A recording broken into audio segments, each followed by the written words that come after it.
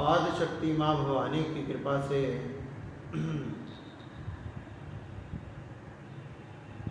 नौ दिवस का ये बड़ा ही सुंदर नवाहा यज्ञ चल रहा है। माँ के इन 9 दिनों में हमने अपने आप को माँ के इन चरणों में समर्पित किया है।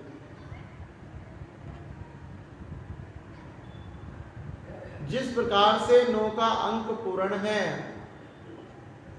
उस प्रकार से माँ आदिशक्ति माँ भवानी वह पूर्ण है। उसी प्रकार से इन 9 दिनों में नवरात्रों के हमने भी अपने मन को, अपनी इंद्रियों को, अपने विचारों को पूर्णतः माँ के चरणों में समर्पित करना है।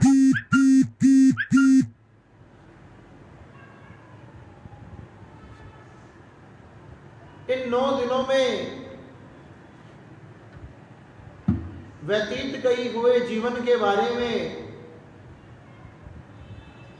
हमने सोचना है कि आज तक हमने क्या किया और क्या पाया। इन 9 दिनों में माँ के चरणों में अपने आप को समर्पित करके आदिशक्ति माँ भवानी की हमने शरण ग्रहण करनी है।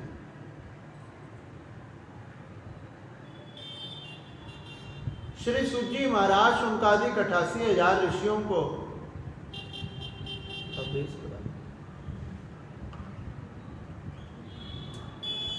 बड़ी ही सुंदर श्रीमद् देवी भागवत की कथा सुना रहे थे।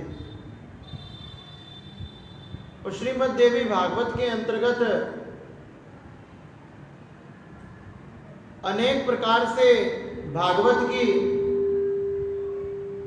महिमा को बताया कि देवी भागवत की कृपा से जीवन के सभी संकट, सभी पाप नष्ट हो जाते हैं और माँ की जिस पर कृपा हो जाए उसके सब भंडार भर जाते हैं।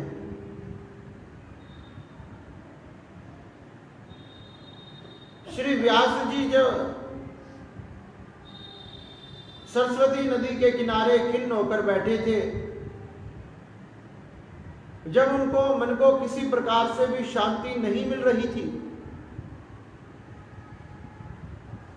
शास्त्रों, पुराणों, वेदों आदि की रचना करने के बाद भी जब व्यास जी का मन शांत नहीं हुआ, तो नारद जी वहां प्रकट हुए।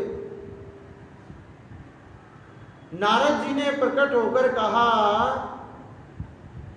व्यास जी ने कहा कि मेरा मन शांत नहीं हो रहा, मेरा मन अशांत है। श्री नारद जी कहने लगे कि हे व्यास जी, जिसने समस्त ब्रह्मांड की रचना को किया, समस्त ब्रह्मांड को बनाया,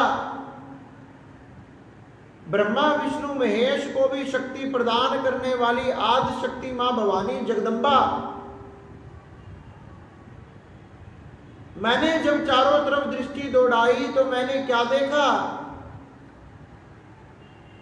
आपने अनेक प्रकार के वेद पुराण शास्त्र पुराणों की कथा को लिखा,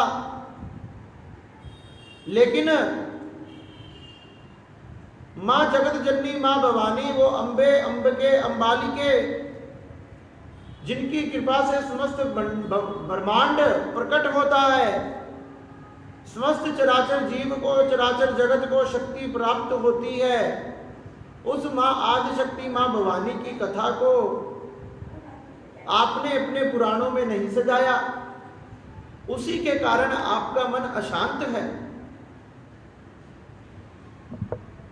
व्यास जी कहने लगे, नारद जी जब आप प्रकट हुए और आपने मुझे इतनी सुंदर बात बताई कि देवी भगवती की कथा को लिखूं, देवी भगवती परांबा जो समस्त जगत को प्रकट करने वाली है, उनकी कथा लिखने की मेरी सामर्थ्य कहां है? जो समस्त जगत को, समस्त ब्रह्मांड को शक्ति प्रदान करने वाली है, मेरी इतनी सामर्थ्य कहां कि मैं उनकी कथा को लिख पाऊं, मैं उनके जीवन को शब्दों में सजा पाऊं। नारद जी, तुम ही कोई रास्ता बताओ।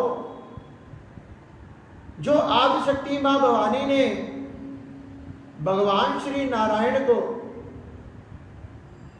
जब सृष्टि का प्रारंभ हुआ, भगवान श्री नारायण एक बालक के रूप में वट पत्र पर, वट वृक्ष के नीचे एक पत्ते पर, एक वट वृक्ष के पत्ते पर एक बालक के रूप में लेटे हुए थे, जो बड़ी ही सुंदर झांकी थी। भगवान नारायण अपने सीधे पैर का अंगूठा चूस रहे थे, नन्हे नन्हे अपने पैरों को, अंगूठे को अपने मुंह में दबाकर उनको चूस रहे थे।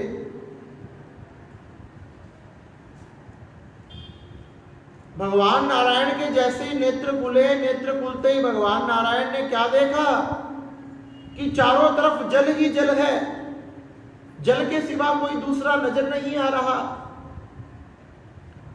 जब भगवान श्री नारायण ने देखा कि चारों तरफ जल ही जल है और जल के सिवा दूसरा कोई नजर नहीं आ रहा, तो इस प्रकार से भगवान नारायण विचार कर ही रहे थे। इतने में ही आदि शक्ति मां भवानी कई रूपों से प्रकट हो गई। जब जगत जननी मातेश्वरी, मां जगत जननी अपने कई रूपों से भगवान नारायण के उस बालक रूप के सामने प्रकट हो गई, तो भगवान नारायण देखकर चकित रह गए कि ये देवियां कौन हैं? ये अनेक प्रकार की देवियां कौन हैं जिन देवियों ने मुझे चारों तरफ से घेर रखा है? आदि शक्ति मां भवानी जगदम्बा कहने लगी कि हे नारायण, तुम किसी प्रकार से चिंता मत करो, शंका मत करो। सृष्टि को करने की, सृष्टि को संभालने की, सृष्टि को चलाने की मैं सारी जिम्मेदारी तुम्हें प्रदान करती हूं। इस सृष्टि को तुम्ही ने बनाना है, तुम्ही ने चलाना है, और उसके लिए जो जो पात्र तुम्हें चाहिए वे तुम्हारे द्वारा ही प्रकट होंगे। आधे श्लोक का मंत्र भगवान नारायण को बताया उस आधे श्लोक के मंत्र का भगवान नारायण ने उच्चारण किया और उच्चारण करने मात्र से भगवान नारायण के नाभि कमल में से ब्रह्मा जी प्रकट हो गए। जब ब्रह्मा जी प्रकट हुए और नारायण ब्रह्मा जी जैसे ही प्रकट हुए, ब्रह्मा जी सोचने लगे कि मैं कहां से आया, अरे मुझे तो ना कोई इधर मेरे सिवा दिखाई दे रहा, क्योंकि भगवान नारायण के जो नाभि कमल में से जो कमल निकला वो कोई छोटा मोटा कमल नहीं था, हजारों कोसों तक वो फैला हुआ कमल था। उस कमल का जो तना था वो हजारों किलोमीटर लंबा था, जिसका ना कोई था ना कोई आर था ना कोई पार था। ब्रह्मा जी ने चारों तरफ देखा, चारों तरफ जल ही जल पाया, चारों तरफ अंधकार पाया, जल ही जल पाया कि मैं कहां से प्रकट हुआ और मैं क्यों प्रकट हुआ और मैं कौन हूं और मैं किस कारण से प्रकट हुआ।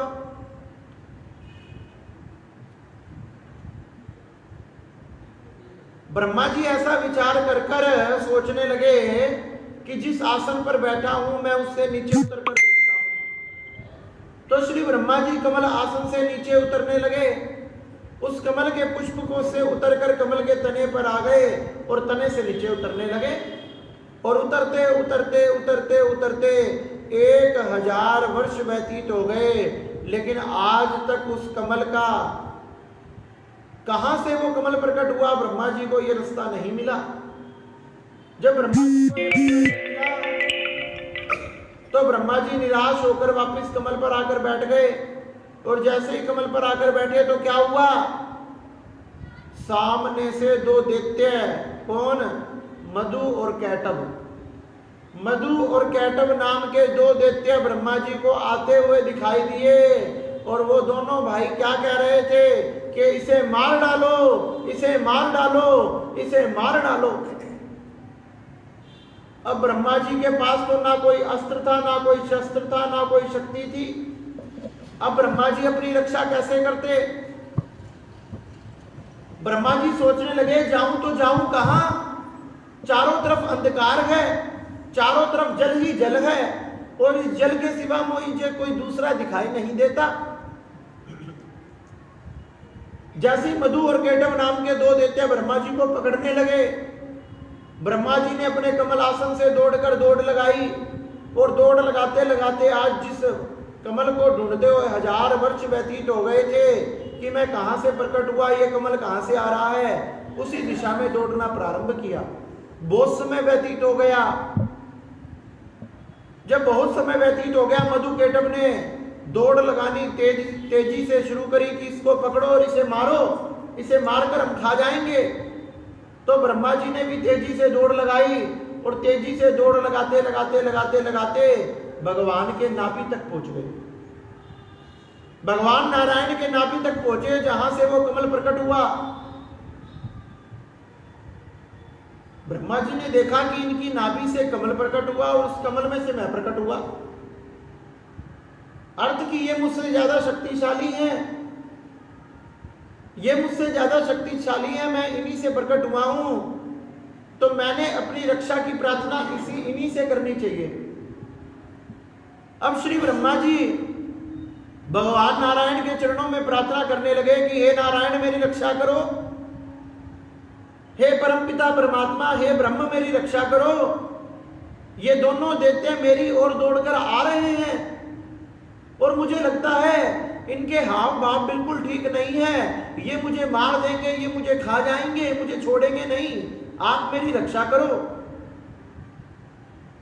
जब श्री ब्रह्मा जी बार बार यूं प्रार्थना करने लगे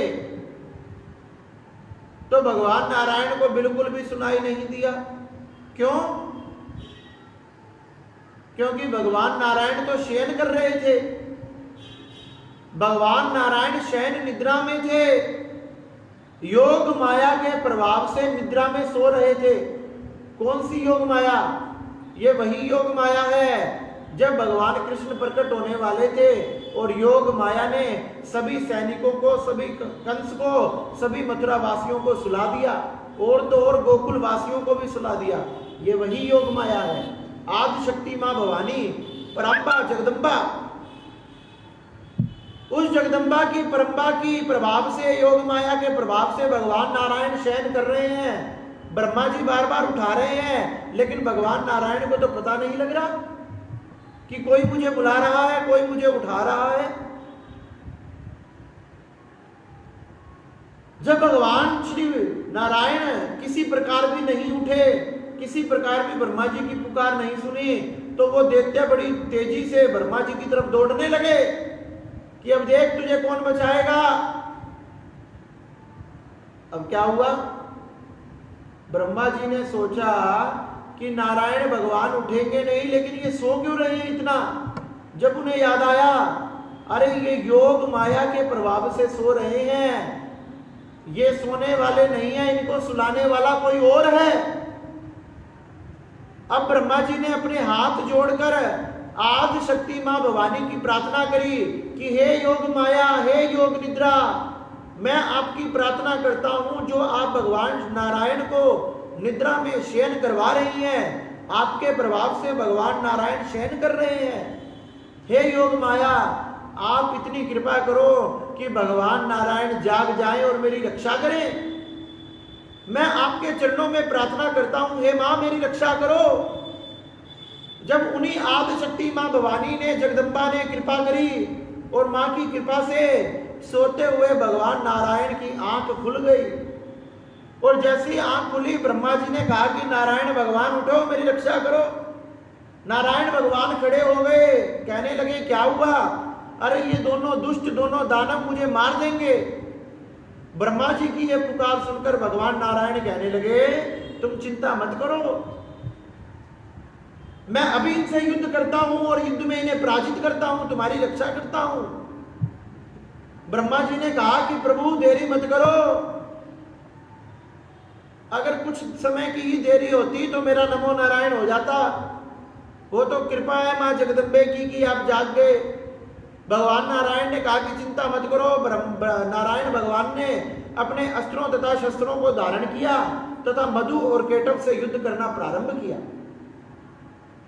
अब अरे वो मधु और केटव कोई साधारण दानव नहीं थे, बड़े शक्तिशाली थे।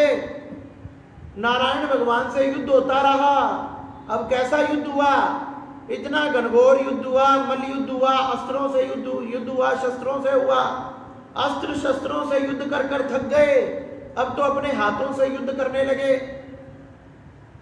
हाथों से युद्ध करते हुए कोई एक दो दिन नहीं, एक दो महीने नहीं, एक दो साल नहीं, हजारों साल व्यतीत हो गए, लेकिन आज तक भगवान नारायण से वो मधु और केटव नाम के दो दैत्य मारे नहीं गए।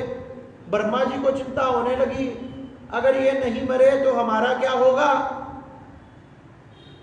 भगवान नारायण सोचने लगे कि ये मर क्यों नहीं रहे, कारण क्या है। क्योंकि उन्होंने भी पूर्व जन्म में घोर तपस्या करके अनेक प्रकार के वरदान प्राप्त किए थे।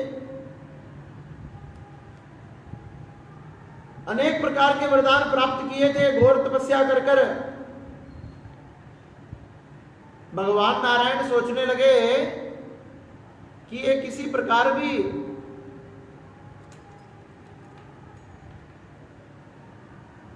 मुझसे युद्ध में नहीं पराजित होंगे, अब मैं क्या करूं। तो भगवान नारायण ने क्या किया, युद्ध करते हुए ही अपने मन में, अपने हृदय में मां आदि शक्ति मां भवानी को याद किया कि हे भवानी, हे माया, हे योग माया, हे योग निद्रा, हे आदि शक्ति मां भवानी, हे ब्रह्मांड को प्रकट करने वाली, हे आदि शक्ति हमें प्रकट करने वाली, मेरी रक्षा करो, मुझे इतनी शक्ति प्रदान करो कि मैं इनसे युद्ध में जीत पाऊं। तो भगवान नारायण के हृदय में ही आदि शक्ति मां भवानी प्रकट हो गई। मां आदि शक्ति मां भवानी ने प्रकट होकर कहा कि नारायण, तुम किसी प्रकार से चिंता मत करो, अभी मैं इन दानवों को भ्रमित करती हूं, अभी इन दानवों को भ्रमित करती हूं। ये तुमसे वरदान मांगने के लिए कहेंगे तो तुम्हारे मन में जो आए वो मांग लेना। आज शक्ति मां भवानी ये वचन कहकर भगवान नारायण को अंतर ध्यान हो गई। और अंतर ध्यान जैसे ही हुई, अब क्या हुआ, भगवान नारायण तो मधु और केटव से युद्ध कर रहे थे। मधु और केटव के मन में विचार क्या आया, मां ने भ्रमित कर दी उनकी बुद्धि। मां ने जब उनकी बुद्धि को भ्रमित किया तो मधु और केटव के मन में विचार आया कि इस पुरुष को हमसे लड़ते हुए हजारों साल हो गए, देखो कितना शक्तिशाली है।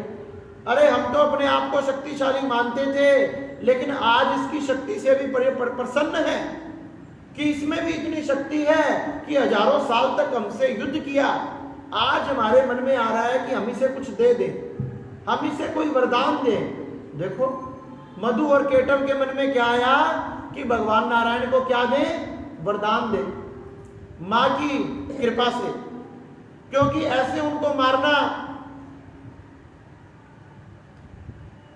सामर्थ्य में नहीं था। जैसे उनके मन में विचार आया उन्होंने युद्ध छोड़ दिया। कहने लगे कि भैया हमारी बात सुनो। भगवान नारायण ने कहने लगे क्या क्या हमें लगता है कि तुम भी बड़े शक्तिशाली हो हमारी तरह, जैसे हम शक्तिशाली हैं तुम भी बड़े शक्तिशाली हो। तो भैया अरे भैया हमारा मन कर रहा है कि हम तुझे कुछ दे दें, तुझे कोई वरदान दे दें, तुझे कोई शक्ति दे दें, तू हमसे मांग ले, क्या मांगना चाहता है। भगवान नारायण कहने लगे कि पहले वादा करो पक्का दोगे, कभी मैंने मांगा और तुमने मना कर दिया तो। अरे हम देते हैं, हम अपने वचन से नहीं मिटते। हमने जो एक बार वचन ले लिया तो ले लिया, चाहे कुछ भी हो जाए। जैसे ही मधु और केटव ने ये कहा तो भगवान नारायण ने क्या कहा, कहने लगे कि मुझे यही वरदान दे दो कि तुम दोनों मेरे हाथों से मारे जाओ। हैं क्या मांगा कि मुझे यही वरदान दे दो कि तुम दोनों मेरे हाथों से मारे जाओ, क्योंकि मैंने तो पूरी शक्ति लगा दी, तुम्हारी मृत्यु नहीं हो रही। अब मधु और केटव दोनों चक्कर में पड़ गए, अब क्या करें। अरे हमने तो पहले वादा भी कर दिया कि मुकरेंगे नहीं, अब क्या करें।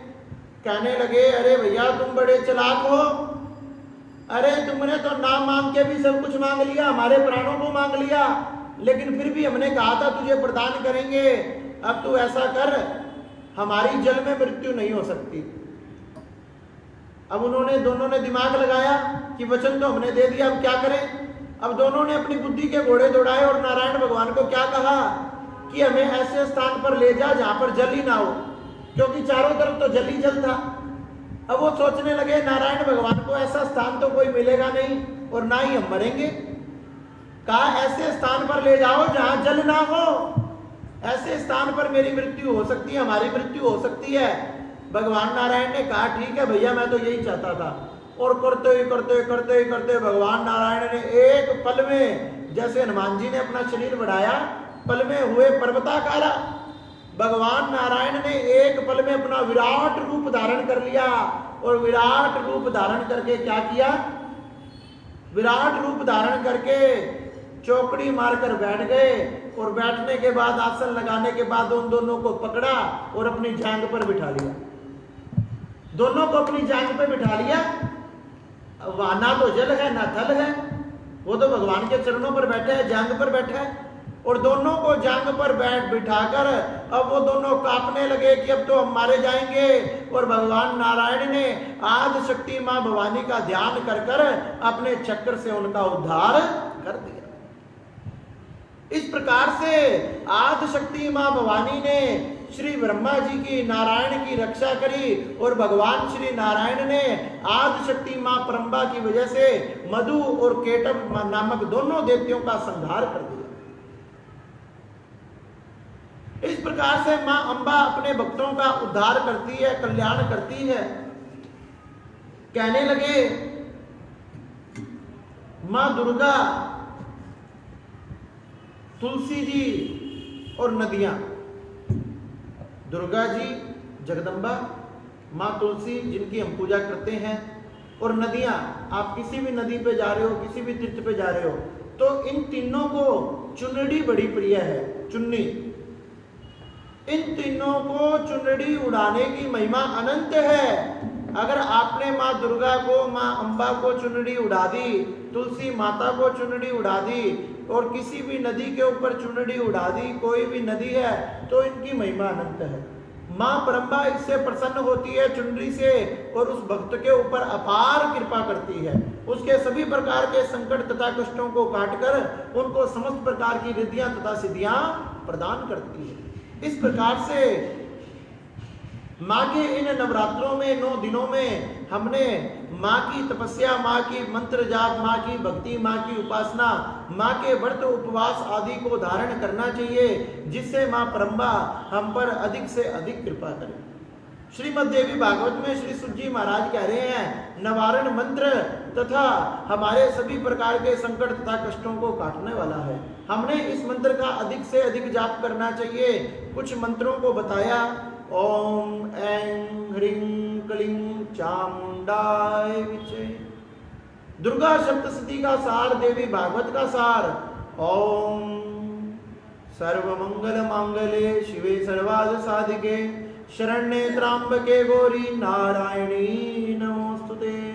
इन मंत्रों का अधिक से अधिक उच्चारण करना चाहिए, क्योंकि माँ परम्बा, माँ जगदम्बा इन मंत्रों के उच्चारण से प्रसन्न होती है तथा उस भक्त की झोली को भर देती है। कहने लगे कि नवरात्रों के प्रथम दिवस में, नवरात्रों के 9 दिवस में माँ दुर्गा के 9 रूपों की पूजा की जाती है। प्रथम दिवस में माँ शैलपुत्री की, जो एक पहाड़ से, पर्वत से प्रकट हुई माँ पार्वती, माँ उमा शैलपुत्री, जिनकी पूजा करने से व्यक्ति ऊंचाइयों को प्राप्त होता है। दूसरे रूप में, दूसरे नवरात्रे के दिवस में माँ ब्रह्मचारिणी, माँ पार्वती जब भगवान शिव को प्राप्त करने के लिए तपस्या करने गई, जो तब तपस्या करने गई तो माँ ने ब्रह्मचारिणी का रूप धारण किया, ब्रह्मचर्य व्रत का पालन किया। अपने आप को ब्रह्म में स्थित करना, अपने आप को संयमित रखना, अपने आप पर संयम बनाए रखना, हमारे पास जो भी वस्तु है उसका सही प्रयोग करना, माँ ब्रह्मचारिणी। नवरात्रे के तीसरे दिवस में माँ चंद्रघंटा की पूजा की जाती है। माँ चंद्रघंटा की तीसरे दिवस के रूप में पूजा की जाती है। इनके मस्तक पर घंटे के समान का आकार का चंद्रमा विराजमान है। इनके जो मस्तक है वहां पर चंद्रमा विराजमान है, उसका आकार ऐसा है जैसे कोई घंटा ऊपर लगा रखा हो, घंटे के आकार का, जिसके कारण इन्हें चंद्रघंटा कहा जाता है। ये अपने सभी प्रकार के भक्तों के दुखों का नाश करती है तथा उन्हें परम शांति प्रदान करती है तथा उनका कल्याण करती है। माँ चंद्रघंटा की नवरात्रे के तीसरे दिवस में पूजा करी जाती है। माँ का रंग सुनहरा है और केश बड़े घुंघराले हैं, शरीर कांतिमान है। माँ की तथा माँ का रूप बड़ा ही रूपवान है। माँ की सवारी सिंह की है, जो भक्तों पर हमेशा दया तथा कृपा करती है तथा अपने भक्तों के शत्रुओं का नाश करती है। माँ चंद्रघंटा सभी प्रकार से रिद्धियां सिद्धियां प्रदान करने वाली तथा मुक्ति को प्रदान करने वाली है। जो भी दिवस हो उस दिवस के माता के मंत्रों का हमने जाप करना चाहिए, इससे माँ बड़ी प्रसन्न होती है। जैसे नवरात्रि के प्रथम दिवस में बताया गया, ओम दिव्य शैलपुत्रे नमः। दूसरे दिवस में किसका दिन? माँ ब्रह्मचारिणी, ओम दिव्य माँ ब्रह्मचारिणी नमः। तीसरा दिवस माता का तीसरा नवरात्रा, ओम दिव्य चंद्रघंटाय नमः। इस प्रकार से माँ के नामों के मंत्रों का उच्चारण हमने करना चाहिए। श्री सुत जी महाराज शौनकादिक 88,000 ऋषियों को कहने लगे कि जब भगवान शिव पार्वती से विवाह करने गए तो क्या हुआ? अरे भगवान शिव अपने साथ बड़ी मनोरंजन वाली बारात लेकर गए। कैसे? देवी देवता तो सब आगे पीछे और भूत प्रेत आदि उनके साथ साथ। और भैया भूत प्रेत पिशाच डाकनी कोई आम भूत पिशाच नहीं थे। ऐसे ऐसे भूत पिशाच, किसी की एक आंख, किसी के 10 आंख, किसी के 4 मुंह, किसी का 1 मुंह, किसी का 1 नाक, किसी के 4 नाक। और भगवान शंकर ने जब पूरे शरीर पर भस्म धारण कर कर जैसे ही हिमालय के राज्य में प्रवेश किया तो सभी लोग उनको देखकर भागने लगे। जब सभी लोग उनको देखकर भागने लगे तो क्या हुआ?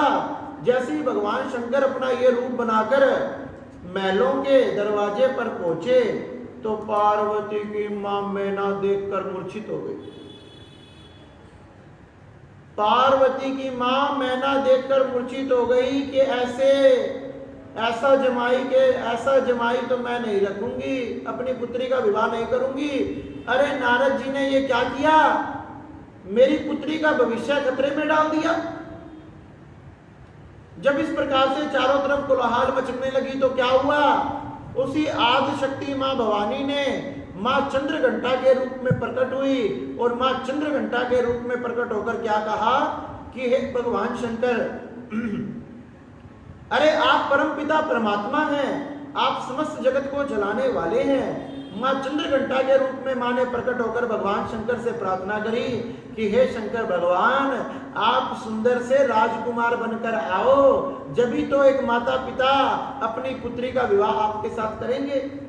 अरे ऐसे जब बेढंग के आप बन के आओगे, कौन सी माता पिता अपनी पुत्री को आपको देगी। तो इस प्रकार से मां चंद्रघंटा ने जब प्रकट होकर भगवान शंकर से कहा कि हे भगवान शंकर, आप अपनी इस बारात को बदल कर आओ, आदमियों को बदल कर लाओ, ये आदमी नहीं चलेंगे, सुंदर सुंदर व्यक्ति बारात में लेकर आओ और आप भी सुंदर से सज कर आओ। तो इस प्रकार से मां चंद्रघंटा की प्रार्थना से भगवान शंकर फिर से गए और भगवान नारायण सुंदर सा दुल्हा बनाकर शंकर भगवान को लाए और मां उमा का, पार्वती का विवाह उनसे हुआ। जब दैत्यों ने देवताओं पर आक्रमण कर दिया और देवताओं पर आक्रमण कर क्या हुआ, जब देवताओं पर आक्रमण किया तो उनके स्वर्ग को छीन लिया, उनके अधिकार को छीन लिया, उनके अस्त्र तथा शस्त्रों को छीन लिया, उनके अस्त्र शस्त्र उनके अधिकारों को छीनकर दैत्यों ने उनके स्वर्ग पर, इंद्रावती पर अपना राज कर लिया। सभी देवता बड़े दुखी होकर ब्रह्मा जी की शरण में पहुंचे। ब्रह्मा जी भगवान नारायण तथा शंकर भगवान के पास लेकर पहुंचे। देवताओं ने जैसे ही अपनी सारी कथा सुनाई तो तीनों देवताओं को बड़ा क्रोध आया कि दैत्यों ने देवताओं के साथ ये किया। उसी समय उनमें से एक तेज प्रकट हुआ और उस तेज ने देखते देखते एक शक्ति का रूप धारण कर लिया और वो शक्ति कोई और नहीं, मां चंद्रघंटा थी। मां चंद्रघंटा इस प्रकार से प्रकट हुई जो अपने समस्त भक्तों की अभिलाषाओं को पूरी करती है। नवरात्रि के तीसरे दिवस में मां चंद्रघंटा की पूजा की जाती है। श्री सुजी महाराज शौनकादिक 88,000 ऋषियों को कहने लगे कि इस प्रकार से नवरात्रि के तीसरे दिवस में मां चंद्रघंटा की पूजा करें तथा चौथे दिवस में, नवरात्रि के चतुर्थ दिवस में मां कुष्मांडा की पूजा की जाती है। कुष्मांडा, कु का अर्थ है थोड़ा, उष्मा का अर्थ है एक ऊर्जा और अंड का अर्थ है गोलाकार, एक छोटा सा ऊर्जा का गोलाकार कोई गोल वस्तु कुष्मांडा। या कुष्मांडा का संस्कृत शब्द लें कुष्मांड, कुष्मांड को हिंदी में कहेंगे कुम्हेड़ा और कुम्हेड़े को हिंदी में कहेंगे कद्दू। जिस माँ को कद्दू की बलि बड़ी प्रिय है, माँ के सामने कद्दू चढ़ा दो माँ प्रसन्न हो जाती है, तो माँ कुष्मांडा। नवरात्रि के चतुर्थ दिवस में माँ कुष्मांडा की पूजा की जाती है। जो कुष्मांडा एक उष्मा का बना हुआ गोला है जो सूर्य लोक के आंतरिक लोक में रहती है। जिस लोक में कोई देवी देवता नहीं जा सकता, वहां इतना तेज है, उस तेज को केवल मां कुष्मांडा सहन कर सकती है और मां कुष्मांडा सूर्य लोक के उन आंतरिक लोक में निवास करती है, वहां रहती है। कहने लगे जब मां कुष्मांडा प्रकट हुई, जब वो ऊर्जा का गोला प्रकट हुआ तो क्या हुआ, चारों तरफ प्रकृति नहीं थी, ना कोई पृथ्वी थी, ना कोई ब्रह्मांड था, ना कोई जीव था, ना चराचर जगत था, ना कोई देवता था, ना कोई दानव, ना कोई दैत्य, कोई भी नहीं था। जब वो एक कुष्मा का गोला प्रकट हुआ जिसे कुष्मांडा का नाम दिया गया, आदि शक्ति मां भवानी की कृपा से वो प्रकट हुआ और उसमें से एक देवी प्रकट हुई जिसे मां कुष्मांडा कहा गया। उस मां कुष्मांडा ने प्रकट होकर जैसे ही मुस्कुराकर अपनी मंद मंद मुस्कान से चारों तरफ देखा तो चारों तरफ जो अंधकार था वो प्रकाश में बदल गया। जैसे ही चारों तरफ जो अंधकार था प्रकाश में बदल गया, अब तो चारों तरफ प्रकृति हो गई। देखते ही देखते ब्रह्मा विष्णु महेश सभी प्रकार के तीनों देव प्रकट हो गए और तीनों देवों में से अनंत प्रकार के देवता प्रकट हो गए। इस प्रकार से नवरात्रे के चतुर्थ दिवस में मां कुष्मांडा की पूजा की जाती है, जो समस्त जगत को प्रकट करने वाली है। मां कुष्मांडा के चरणों में प्रणाम करें। ओम देवी कुष्मांडाय नमः आदि मंत्रों का जाप करें। मां कुष्मांडा आपके घर के, आपके व्यापार की तरक्की करती है, बढ़ोतरी करती है। मां कुष्मांडा का नाम लेने से व्यापार आदि, नौकरी आदि में आ रहे संकट सब कट जाते हैं तथा हमें अच्छे पदों की प्राप्ति होती है। श्री सुजी महाराज उनका अधिक 88,000 ऋषियों को कहने लगे, इस प्रकार से मां शेर की सवारी करती है और मां कुष्मांडा की पूजा की जाती है। श्री शुनकादिक 88,000 के ऋषि कहने लगे कि हे महाराज, नवरात्रि के 5वें दिवस में किसकी पूजा की जाती है और वो कौन सी माता है? तो श्री सुजी महाराज कहने लगे कि देवी भागवत के माध्यम से नवरात्रि के 5वें दिवस में मां स्कंद माता की पूजा की जाती है। स्कंद माता 5वां दिवस जो कल है, कल मां दुर्गा की स्कंद माता नाम से पूजा करें। स्कंद माता, स्कंद कौन है? भगवान कार्तिकेय। कार्तिकेय का दूसरा नाम है स्कंद माता।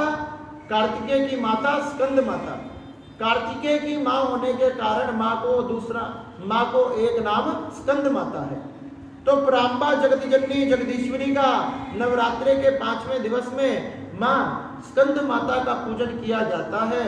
कथा के अनुसार श्री सुजी महाराज उनकादिक 88,000 ऋषियों से कहने लगे कि जब भगवान शंकर और पार्वती का विवाह हो गया, जब भगवान शंकर और पार्वती का विवाह हुआ तो सभी देवी देवताओं को बड़ा आनंद बनाया, मनोरंजन किया, उत्सव बनाया।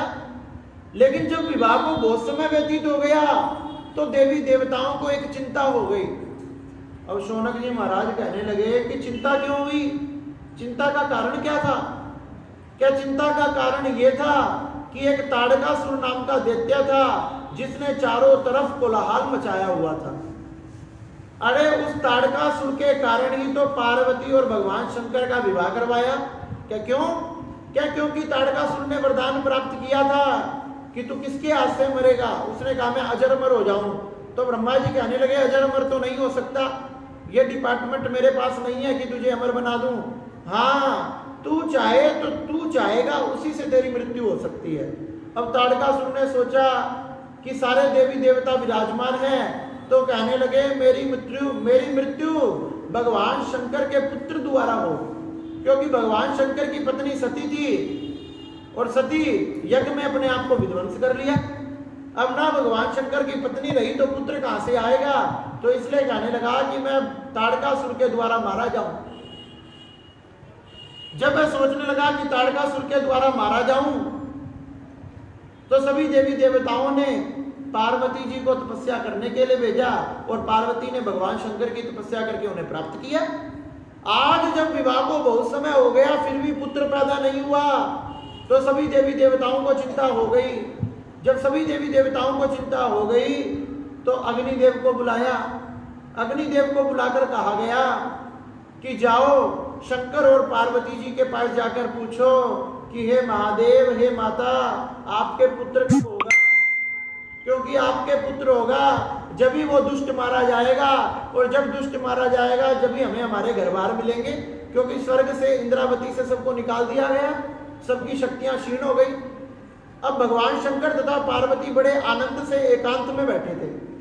अब बड़े आनंद से आप एकांत में बैठे और कोई आपको डिस्टर्ब कर दे तो आपको क्रोध आएगा। अब शंकर भगवान और पार्वती एकांत में बैठे, अग्निदेव पहुंच गए, कहने लगे कि हे महादेव, आपके पुत्र कब होगा? कब होगा? अब कोई आपको आकर कहे तो।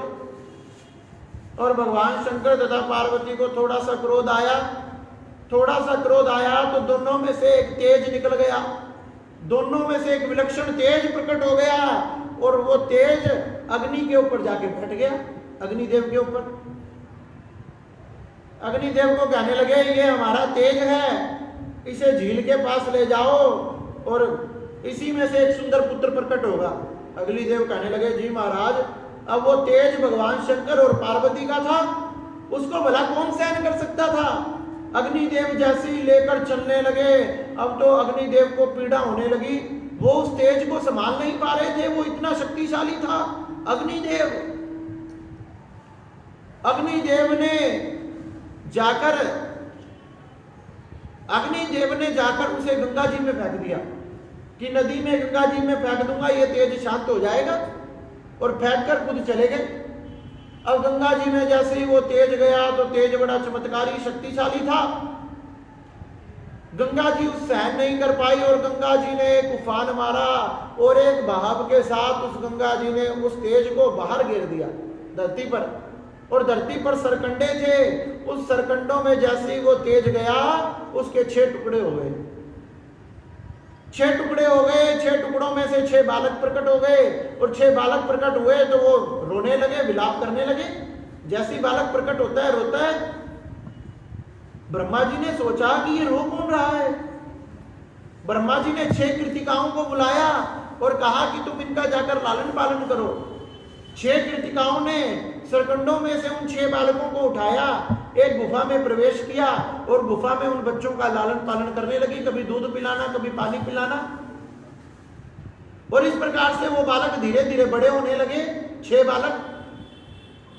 एक दिन शंकर भगवान और पार्वती घूमते घूमते जब उस स्थान से जा रहे थे तो मां पार्वती कहने लगी कि हे शंकर भगवान, आज इस स्थान पर आकर मेरे मन में ममता जाग रही है, मेरे मन में ममता जागृत हो रही है, मेरे स्तनों से दूध टपक रहा है, इसका क्या कारण है? तो भगवान शंकर कहने लगे क्योंकि तुम्हारा पुत्र यहाँ पास में ही विराजमान है, इसी कारण तुम्हारे स्तनों से दूध टपक रहा है और तुम्हारे मन में ममता जागृत हो रही है। जैसे ही पार्वती ने सुना कि मेरा पुत्र, पार्वती से रहा नहीं गया, भोलेनाथ बताओ मेरा पुत्र कहाँ है। भोलेनाथ ने बताया कि उस गुफा में पार्वती दौड़ी दौड़ी गई जहां 6 कृतिकाएं 6 बालकों को खिला रही थी। पार्वती ने कहा कि अरे अरे देवियों, ये पुत्र मेरा है। उन्होंने कहा भैया इसका लालन पालन हमने किया, ये तो हमारा हो गया। पार्वती जी ने कहा कि ये तो भगवान की लीला है। अरे ये मैंने जान करके कोई किया, ये तो भगवान की लीला, अब मुझे मेरा पुत्र प्रदान करो। अब जब बार बार पार्वती माँ ने प्रार्थना की तो कृतिकाओं ने वो 6 पुत्र माँ पार्वती के सामने खड़े कर दिए। 6 पुत्र जैसे ही माँ पार्वती के सामने आए, माँ ने जैसे उन 6 के हाथ लगाए, वो 6 मिलकर एक हो गए। वो 6 मिलकर एक हो गए, लेकिन उनके मुंह 6 ही रहे। मुख 6 हैं और खुद एक हो गए, शरीर एक, मुख 6। अब कृतिकाओं ने कहा कि हमने इनका लालन पालन किया है तो हमारी भी कोई निशानी इसके साथ रहनी चाहिए, क्या हमारे नाम से इसका नाम रखो। अरे माँ ने नाम निकाला स्कंद तथा कृतिकाओं ने निकाला कार्तिकेय। तो इस प्रकार से कार्तिकेय को अपनी गोद में बिठाकर माँ पार्वती अपने स्थान पर गई तथा कार्तिकेय को अच्छी शिक्षा प्रदान की। कार्तिकेय ने तपस्या को कर कर, स्कंद भगवान ने तपस्या को कर कर शक्ति को प्राप्त किया तथा शक्ति को प्राप्त कर कर ताड़कासुर पर आक्रमण कर दिया। धीरे धीरे करते करते उसकी सारी सेना को विध्वंस करके ताड़कासुर का विनाश कर दिया। सभी देवी देवताओं ने प्रसन्न होकर भगवान श्री कार्तिकेय को, स्कंद भगवान को देवताओं का सेनापति बना दिया और देवताओं का सेनापति बना दिया तथा माँ जगत जननी माँ ब्रह्मा की सब प्रार्थना करने लगे। क्यों? क्योंकि जगत जननी माँ ब्रह्मा की शिक्षा से ही कार्तिकेय भगवान में, स्कंद भगवान में इतनी शक्ति आई, उनके संस्कारों पर चला। धन्य है वह माँ जिसने इतना श्रेष्ठ पुत्र प्रकट किया। इसलिए नवरात्रे के 5वें दिवस में माँ स्कंद माता की पूजा की जाती है। माँ स्कंद माता की पूजा की जाती है, माँ इससे बड़ी प्रसन्न होती है। इस प्रकार से सुज्जी महाराज कहने लगे, हे शौनकादिक 88,000 ऋषियों, व्यास जी ने इतनी सुंदर कथा को लिखा, क्या जब वो कथा को लिख लिया तो एक दिन क्या हुआ? क्या कथा आप सब जानते हो। एक दिन जैसे ही उनकी पत्नी आकाश की तरफ मुंह कर कर खड़ी थी तो एक पक्षी दौड़ा दौड़ा आया जिसके पीछे भगवान शंकर भाग रहे थे और वो पक्षी उनके मुख में प्रवेश कर गया और मुख में प्रवेश करने के बाद उनके गर्भ में जाकर बैठ गया। 12 वर्षों के बाद वो प्रकट हुआ जिसका नाम शुकदेव जी रखा गया। व्यास जी के पुत्र शुकदेव जी प्रकट हुए। शुकदेव जी ने जन्म लेते ही ना किसी को माँ कहा ना किसी को बाप कहा, जन्म होते ही तपस्या करने के लिए निकल पड़े। जो और नाल निकली थी, नाल से जिससे बच्चा चिपका होता है, बंधा होता है, उस नाल अभी तक कटी भी नहीं थी, उसी नाल को अपने कंधे पर डालकर तपस्या के लिए निकल पड़े। और व्यास जी रोकने लगे,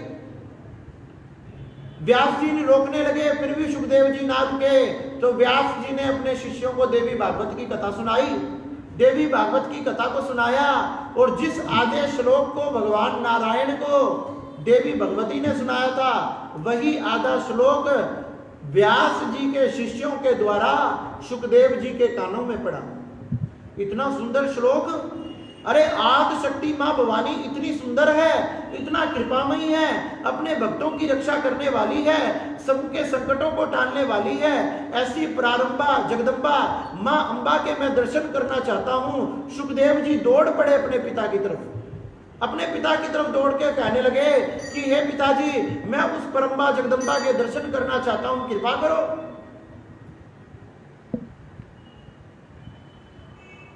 तो सुखदेव जी ने कहा कि मैं दर्शन करना चाहता हूं। व्यास जी ने कहा कि पुत्र, पहले देवी की कथा को सुनो, कथा को सुन के उनके चरणों में भक्ति जागृत होगी, प्रेम जागृत होगा, फिर मां परम्बा दर्शन देगी तुम्हें, तुम्हारे सभी प्रकार के आशीर्वाद देगी। अब व्यास जी के कहने से अनेक प्रकार के शास्त्रों तथा पुराणों की कथा सुखदेव जी ने सुनी। अब सुखदेव जी जब कथा सुन रहे थे, व्यास जी के मन में आया ये कहीं दोबारा मुझे छोड़कर ना चला जाए। तो व्यास जी ने क्या कहा? व्यास जी ने वही कहा जो नारद जी की मां ने नारद जी से कहा था कि अब तेरा विवाह कर देता हूं। सुखदेव जी से कहा कि तेरा विवाह कर देता हूं पुत्र, तू अब बड़ा हो गया, क्योंकि 12 साल के थे जब तो अपनी माँ की गर्भ से निकले थे, 12 साल तक तो माँ की गर्भ में रहे, 12 साल के पैदा हुए तो कहने लगे अब तू बड़ा हो गया, तेरा विवाह कर दूं। पिताजी मैं विवाह नहीं करना चाहता। क्या क्यों? अरे विवाह करूंगा बंधन में फंस जाऊंगा, पत्नी, सास, ससुर, बच्चे, उनकी पत्नियां, और मोह में फंस जाऊंगा। व्यास जी हंसने लगे, अरे सुखदेव, अरे कोई विवाह करके भी बंधन में फंसता है? और पिताजी, अरे विवाह करके तो बंधन में फंस जाता है, पत्नी के मोह में, लोभ में, कमाने में, अहंकार में। अरे नहीं, ऐसा नहीं है। व्यास जी कहने लगे ऐसा नहीं है। क्या क्यों? क्या तुमने कथा नहीं सुनी राजा जनक की? क्या राजा जनक को तुम नहीं जानते जो मिथिला के राजा हैं? क्या हाँ पिताजी मैंने सुना है। उनको क्या कहते हैं? विदेह, विदेह राज, जिसे अपने शरीर का देह नहीं है, ज्ञात ही नहीं है, वो है या नहीं, कोई उनके पास है या नहीं उन्हें कोई फर्क नहीं पड़ता, उनके पास धन है या नहीं उन्हें फर्क नहीं पड़ता, वो चाहे राजा हैं चाहे भिखारी उन्हें फर्क नहीं पड़ता, उन्हें खाने को मिले चाहे ना मिले उन्हें फर्क नहीं पड़ता। जब भी तो उन्हें विदेह राज कहते हैं। राजा जनक जो राजा भी है, क्या ऐसा तो हो ही नहीं सकता? एक राजा है तो उनके राज्य में कोई पाप भी करेगा?